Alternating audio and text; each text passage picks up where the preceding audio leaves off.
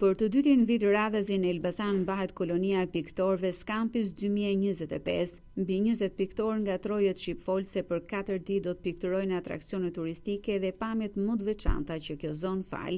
Gjatë ndalesës në pikën turistike të Byshekut me penelin e tyre, stollën mbi telajo magjinë e ngjyrave të vjeshtës, rapat çekullore dhe burimet e freskët ujore ishin kryefjale e peizazhit që i frymëzoi të krijonin çdo detaj me ndjeshmëri dhe pasion. E para është një surprizë sepse shpeshherë ne kërkojmë largësinë e vjeshtës si në Korçë apo Gjetk apo në Bogë, ndërkohë që e kishim kaq pranë. Dhe bukura është sepse vjeshta hapet më shumë, pra atje ku mbaron në Korçë zgjat më shumë në Shqipërinë e Mesme. Jemi kaq afër dhe me bukurira të rralla.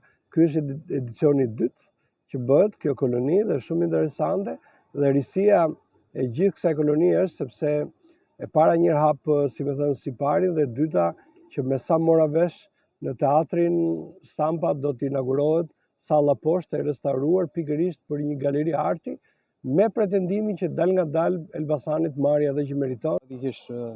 Dukem i ri, po kam gati që në 2008 që kam marrë Akademinë e Arteve.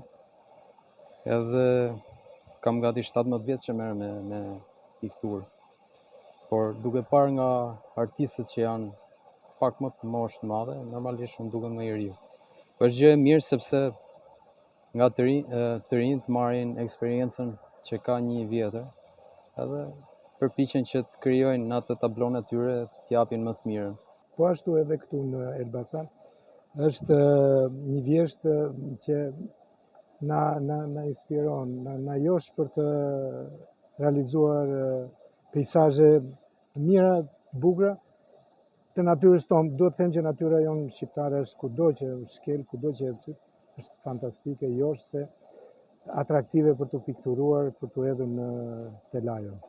Për mua është hera parë që unë vi këtu dhe me pëlqen shumë, është një gjë shumë e veçantë nga drita dhe hija, madhështia, është një gjë shumë interesante për piktorin, ujiti, tema, natyra shumë e bukur. Për mua është hera parë dhe me pëlqen shumë interesante. Aktivitetet të tilla jo vetëm u krijojnë vetë artistëve mundësinë të shkëmbejnë eksperjenca mes tyre, por i shërbejnë edhe turizmit, duke promovuar resurset dhe potencialet natyrore të zonës.